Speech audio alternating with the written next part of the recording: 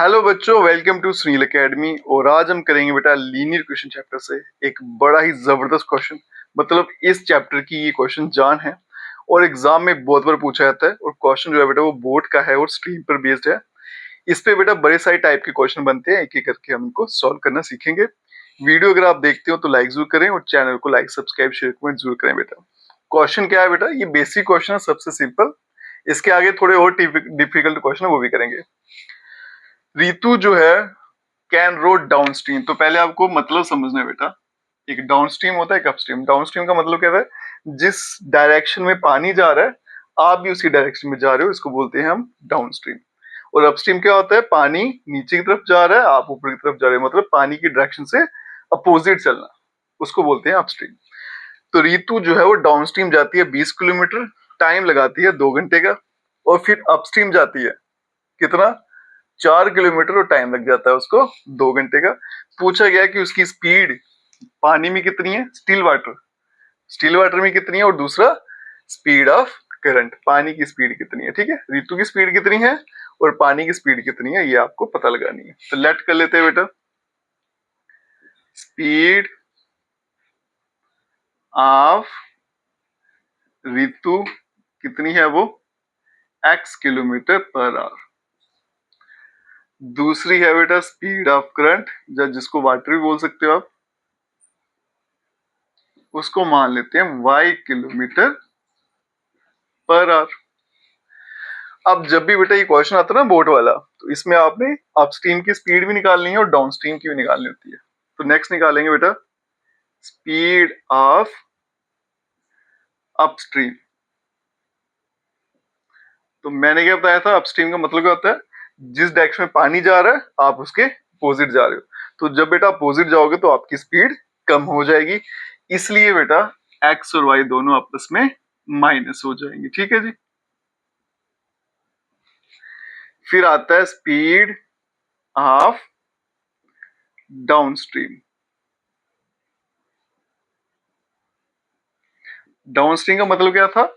जिस डायरेक्शन में पानी जा रहा है आप भी उसी डायरेक्शन में जा रहे हो, तो पानी की स्पीड जो आपके साथ अब ऐड हो जाएगी, आप और तेजी से आगे जाओगे।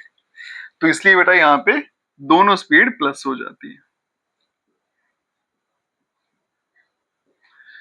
अब चलते हैं क्वेश्चन में। क्या कहता है? Ritu can road down stream 20 kilometre in 2 hours. Time कितना लगा?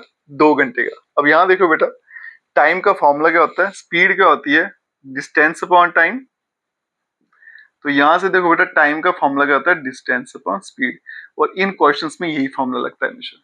ठीक है जी। ट्रेन वाले क्वेश्चन हो गए, एरोप्लेन के क्वेश्चन हो गए, बोर्ड वाले क्वेश्चन हो गए, इन सभी में टाइम का ही फॉर्मूला लगता है। तो टाइम का फॉर्मूला है डिस्टेंस अपॉन स्पीड। पहले टाइम लगा 2 घंटे, ठीक है, किसके बराबर है? Distance upon speed. डिस्टेंस कितना है बेटा मेरा? यहाँ पे देखो 20 किलोमीटर।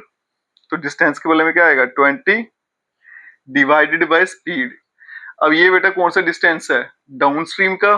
तो स्पीड भी क्या आएगी? डाउन स्ट्रीम की। तो नीचे क्या आ जाएगा? x plus Y. और इस तरफ क्या लिखना है? टाइम। टाइम कितना लगा था उसको? 2 घंटे का। तो यहाँ पे क्या आ जाएगा? 2। आपने क्या करना है बेटा? बस इसी फॉर्मूले में वैल्यूज डालते आना। ठीक है। टाइम कितना पहले में दिया? 2 घंटे, इसके में 2 आ गया। डिस्टेंस कितना है बेटा? 20 किलोमीटर। तो यहाँ पे 20 आ गया। और नीचे लिखनी है स्पीड। अब ये डाउन स्ट्रीम है तो स्पीड डाउन स्ट्रीम की अलग है, अपस्ट्रीम की अलग है, वो ध्यान रखना आपने। ठीक है। अब मैं क्या करता हूँ, यहाँ क्रॉस मल्टीप्लाई कर लेता हूँ। इसको यहाँ भेजता हूँ, इसको यहाँ पे। तो ये 22 डिवाइड में चला जाएगा तो कितना हो जाएगा? 10।